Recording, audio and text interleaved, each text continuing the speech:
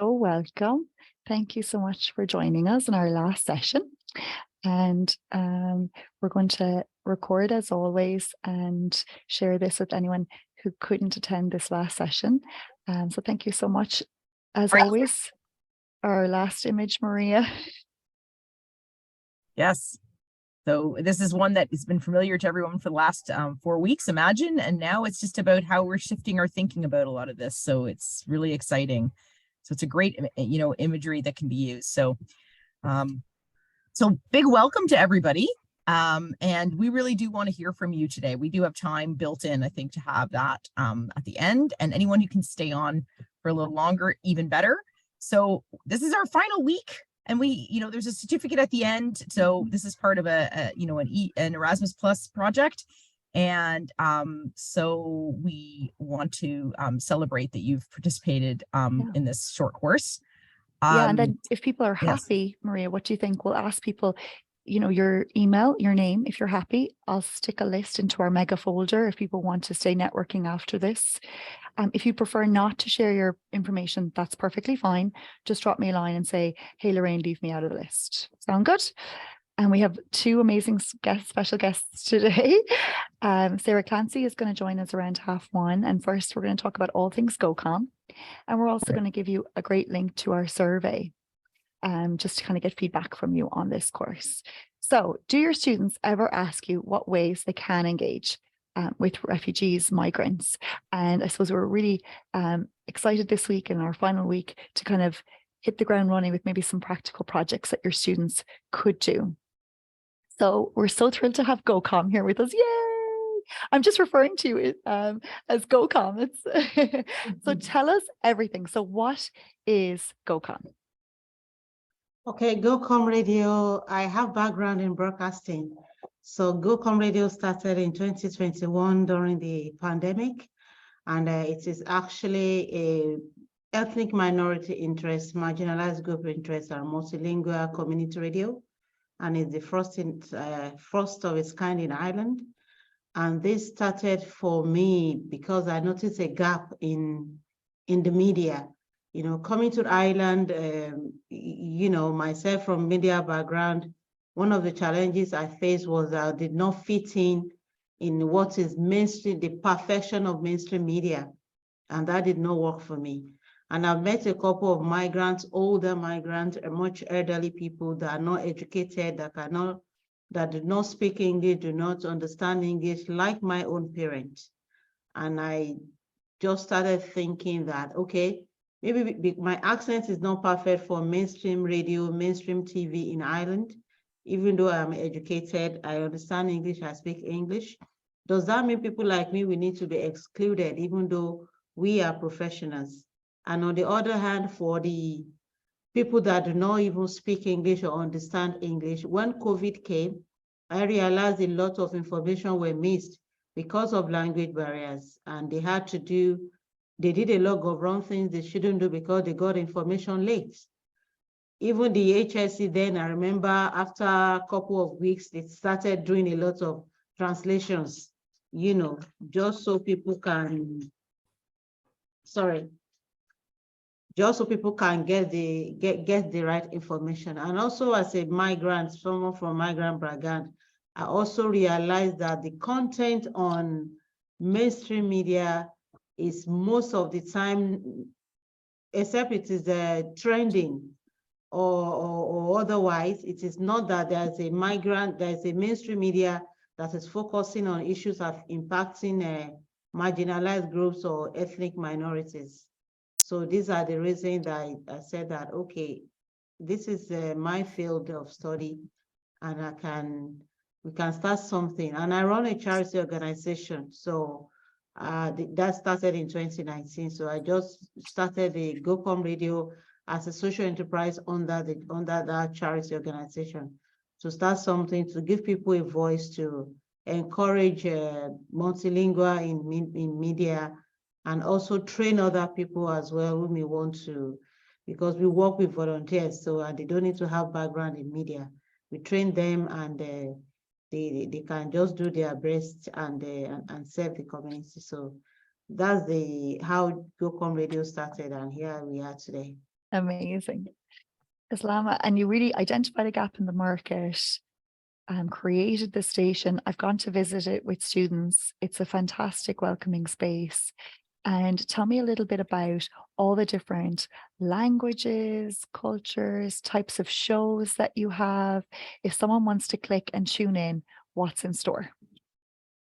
Okay, if you want to click in weekdays, Monday to Friday, in the morning, 10 a.m., you get to listen to news, you get to listen to a segment we call language. We bring in language into that as well, looking at different languages, how many speakers, how many first language speakers, how many, all the information you can get on that part. That is the segment. We also get to bring guests to the show as well. Government organization, private organization, groups, whatever you are doing, even individuals that are doing one thing or the other to showcase their skill. That is the show that will bring everybody to interview them, to talk about what they are doing in the community. We call that the breakfast show. So other programs that we have a program dedicated to jazz, and that is going live today at 6. We have Yoruba content program. We have like 4 languages now. We have Yoruba content promoting Yoruba culture, entertainment, music. Ukrainian program called Ukrainian Hour, promoting, creating awareness for Ukrainian community in Ireland. You need a GP, you need school, you need clothes, you need furniture, you need help, whatever they need. They talk about that on that program for the Ukrainian community. And we have another language in Polish language as well. Also, Polish food, Polish culture, Polish music, general things that the Polish community needs to know about. They have the different activities for children, for women most of the time. So that is on the show where you get to know what is going on, where to go for weekend and all that to connect with the Polish community in Galway. And lastly, we started the Hindu program now. Okay, Google, how much longer? Keep going there, Islama. Yeah. So the Hindu is, okay, that's the website. Yeah. So Hindu now as well is promoting Hindu, the Hindu community, they are also diverse within themselves. So the diversity, the language, the culture, the music, all that is going in there. And we have something for the elderly and sometimes women. We call that Age Well Health Series that she talks about anything health, good health and well-being. We have a program also for nutrition.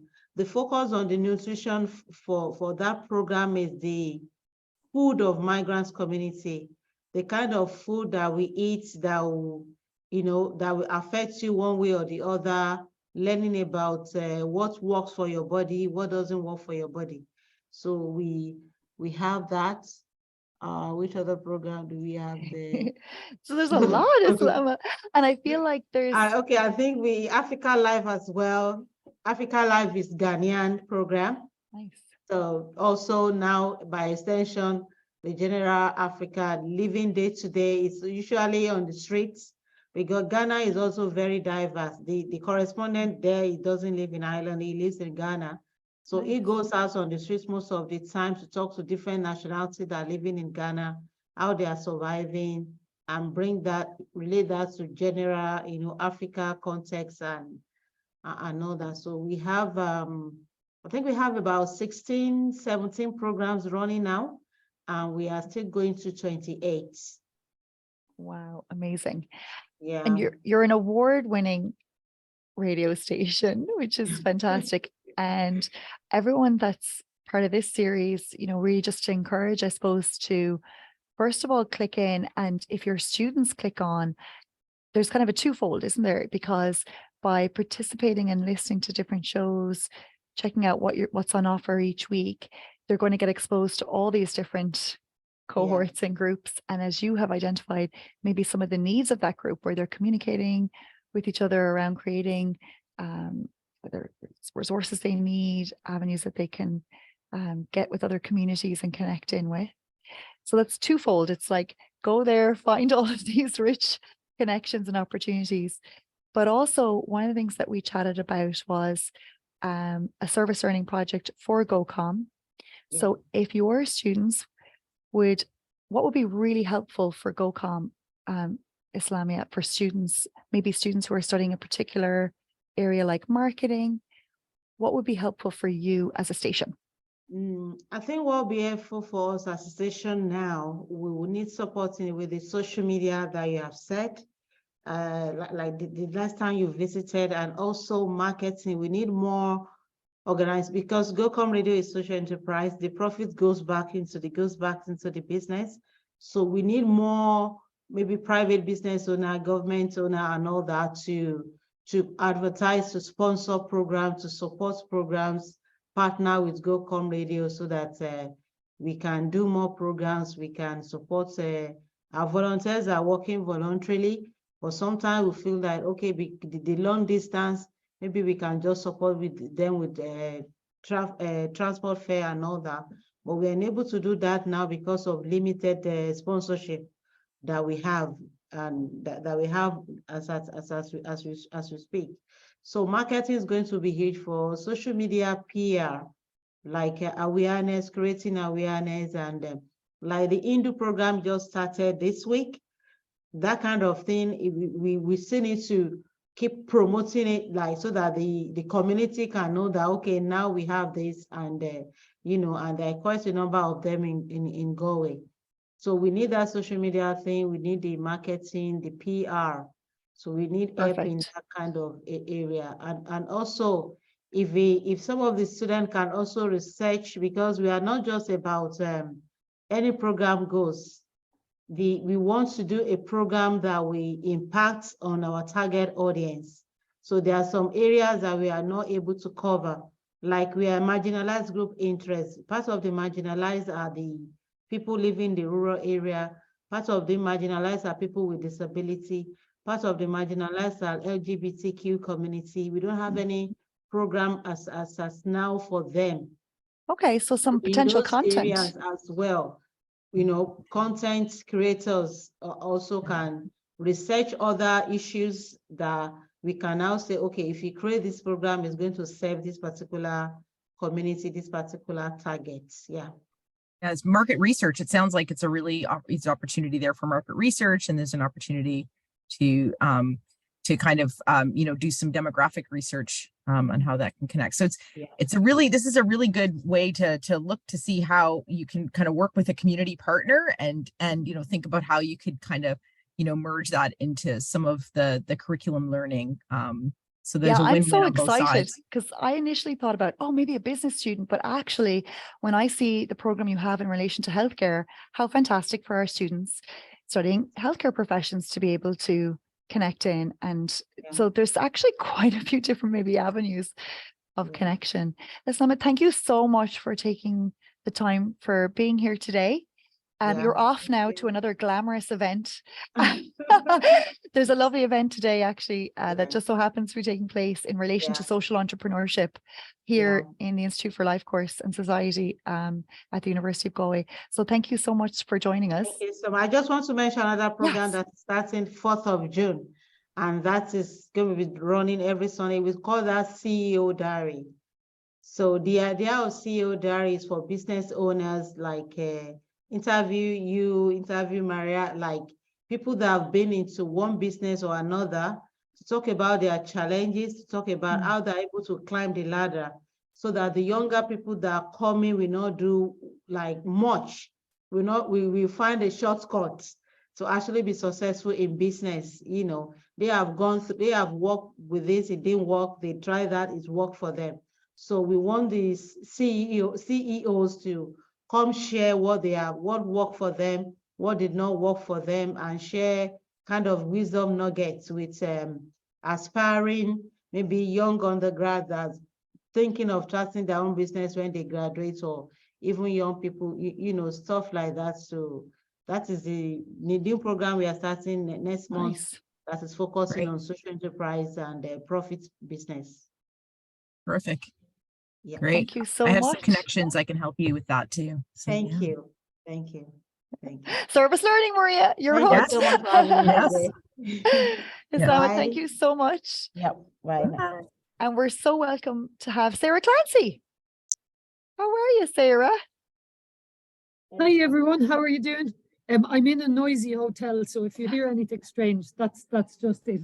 So, You're perfect. Thank you so much for joining us. Now, no problem at all to join you. I'm happy. I'm happy to be here. I'm slightly confused about what you might want from me exactly. So maybe Yeah. you can ask just because we arranged this through a variety of We like did. Twitter direct messages and kind of like I was We going, used "Okay, I'll every be there in 10 medium. minutes." Yeah. And I suppose, Sarah, we all read your quote last week at this short course series that you had published in the Examiner in relation to really understanding that there is no illegal people. And maybe that's something that would be of value to this group, is that we're all working in education and hoping to provide, I'll bring up basically the slide that inspired my thinking in relation to you, which is, sorry, now I'm cheating by cutting across here, but we can't afford for Don't worry. decolonization or anti-racism to be a trend or a hobby. Abolishing systems of oppression and creating systems rooted in justice, it requires a lifetime commitment of necessary risks. And I suppose we're in education, we're trying to create spaces for our students to constructively explore. You know, we would have young people in our classrooms who will say things like, I walk down the street of my small town, Tubbercurry, and I don't know anybody anymore in Tubbercurry. And they're listening to mum and dad at the table talk about, you know, homes for Irish first and this kind of rhetoric. And I suppose, Sarah, we're just providing potentially in our classrooms space to unpack this, and your words of wisdom are welcome. So I don't know whether I have words of wisdom, because I know there are loads of people here who've been doing this work as well. But you know, so I work in community development in Clare. You know, I work for the Public Participation Network here, and that means we work with a mountain of different groups and so on. Like one of the, I suppose one of the first things really to say, not about communications, but one of the first things to say is that like racism in Ireland is not a working class or marginalized communities problem. You might think it was if you kind of listen to the narrative about it. So I'm not saying there's not racism in working class or marginalized communities. There are, but where racism gets the power of an institution tends to be in middle class communities and up. So it sometimes is expressed, for want of a better word, it sometimes is expressed as rage, you know, justifiable rage misdirected in some of the communities we work with. But that's not where racism has its structural power. Is in the state, it's in the institutions, it's in, you know, it's in all of these things. And like for us, we've learned it can be really, you know, if you have done your best to train yourself and you're in tune to these things, it can be very hard not to jump down someone's throat. But it all depends. For me, I'm very good at jumping down someone's throat, but it all depends for me who that person is, what power they hold in, you know, in relation to the structures and so on. And I think sometimes you just have to shut up and listen. And give an example that's not about migration, just because it'll take the edge out of it. But like, for example, we've been around doing workshops on what a just transition might look like and socioeconomic rights in Clare. And one of the things we've had to let people do is tell us, without interrupting them or telling them they're bad people, why they want to keep burning turf, for example. And the reasons are not, you know, the reasons, once you listen, the reasons are not the reasons that you might imagine. You know, they're not like, oh, it's a bunch of muck savages who don't care about the environment. It's something, you know, it's something much different than that. It's about security, it's about culture, it's about self-reliance, all sorts of different things. And I mean, those are the things quite often when, like, if we're dealing with a community that is particularly marginalized, quite often what might present as a marginalized group pitting themselves in competition with another marginalized group. So if you listen a little bit longer, you'll hear it's about, you know, it's about a sense of fairness, and it's about a sense of their own lack of provision by the state. So, I mean, I know I'm not telling anyone anything here that they don't know, but we can forget those things sometimes, you know. And I think, like, just one of the things to say, that while the far right is busy trying to tap into the rage in working class communities, and there is rage because, you know, there is rage because we have a very unjust society, and we very, you know, it's very unequal. and people can feel powerless to affect that. But while they're trying to tap into that, most of the people who are going around organizing kind of these rallies, they're not the working class or marginalized people. They're people coming into their communities, stoking them up around different things. And a lot of them are really quite well off and quite established. Otherwise, they wouldn't get away with doing what they're doing. There's a like, to a certain extent, I know what happened in Sandwich Street was absolutely terrible, but we're going to see people arrested for that, and probably they should be. But who did we see arrested for opposing traveller housing? No one. We don't. We see them elected when So if your discrimination is given a different frame or a different class, then it seems to be okay. And I think that most people can handle. I'm great for getting into arguments, but most people can handle a discussion if you don't instantly dismiss the other person's concern. If you're not dismissing, if you're not accepting that they have a concern, that you can probably move somewhere from there in the conversation. So say, if it's your parents or if it's this, that, and the other, if someone is saying something, I think the difference is if someone is saying something in good faith, you can usually make some progress by having a conversation about it. Whereas if someone is, an activist around hate, then you haven't much point in talking to them, to be honest, unless you've some influence around it. So trying to stop the activists around hate getting power, whatever way you want, and trying to convert the others to trying to convert everybody else you meet to the idea that they have socioeconomic rights, they have human rights, and those rights should be respected as should other people's. Now I know that's a bit like world peace and freedom, but that's what I'd say. We've two totally different approaches here, and like it just depends on the community. I know. Like we had what happened in Inch. I'm in Clare, so I have to be very careful. But in terms of what happened in Inch, I kind of think to a large extent pity about that community. It's very well-to-do community. I'm just surprised that they had a blockade instead of going to get an injunction, which is what usually happens. Whereas in Shannon there was a lot of rabble rousing that happened in Shannon around prospective opening of a place, and that was slightly different because it was a community that has struggled for a really long time to get the resources it needs itself. So that was, those were two different things, and different approach. I don't think, to be honest, I think you could have consulted one community until the cows came home about what had happened, and they probably would have still said no, because of not being open to change. Whereas another community, I think, so if they could understand that it was fair and people were going to be treated fairly, but that's where we do have a problem. That's where we do have a problem, because people are not being treated fairly. And, it's even now we have Ukrainians being treated differently to people in direct provision. We have traveller communities here who are in homeless shelters watching other people have quicker and swifter access to the social supports and I suppose the social status that they've been prevented from accessing. And so those are the things, I don't think misdirecting all the rage towards just go, no, we'll rally you all around so that everybody's raging against government.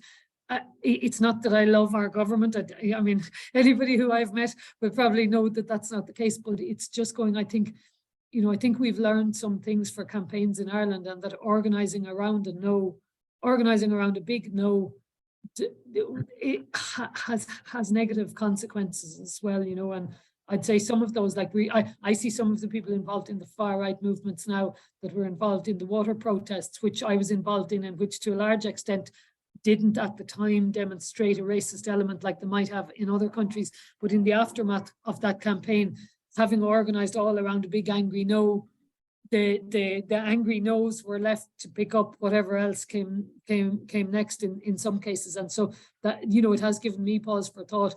I wouldn't quite go as far as to say that we need to get back to the happy clappy referendum campaigns where all gay people had to dance like teddy bears to go, look how harmless we are, you can vote for us. So it wouldn't quite, there has to be a space for critical campaigning as well. And this whole idea of just, the idea that politics can always be polite is also wrong. But just, I think we need to be setting out a vision that people, setting out something that people can believe in and want to achieve, rather than organizing around what people don't want. So, but it's much easier to organize around what people don't want. So that's probably enough of a speech out of me for the moment, unless anyone wants to ask me anything specific. So. Yeah, Well, Sarah, I think it's important to just highlight something you mentioned about the public participation networks. It's a really interesting structure that people may not be familiar with.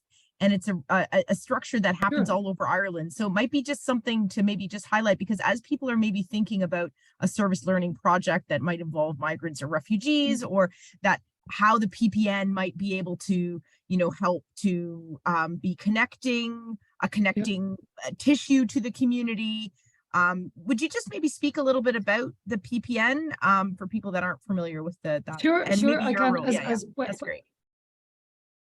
Sorry, I missed the last bit of you. No, just that would be great, just to be able to kind of unpick what it is, and so people are aware. Yeah. So the PPN stands for the Public Participation Network.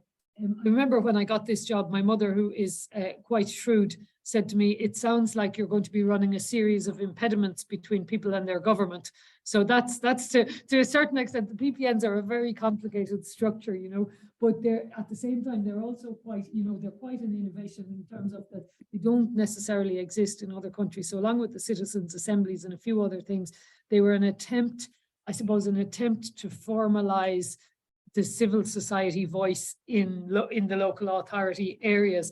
Now, they're different in, each PPN has a different character. I think Galway City PPN, which is they have a different name than PPN, but GCCN are their initials, but they're quite similar. They're quite similar to our PPN in Clare in terms of we'd see our role as doing our best to make sure that voices that don't usually get heard on their own terms. And, we do a lot of work around those things.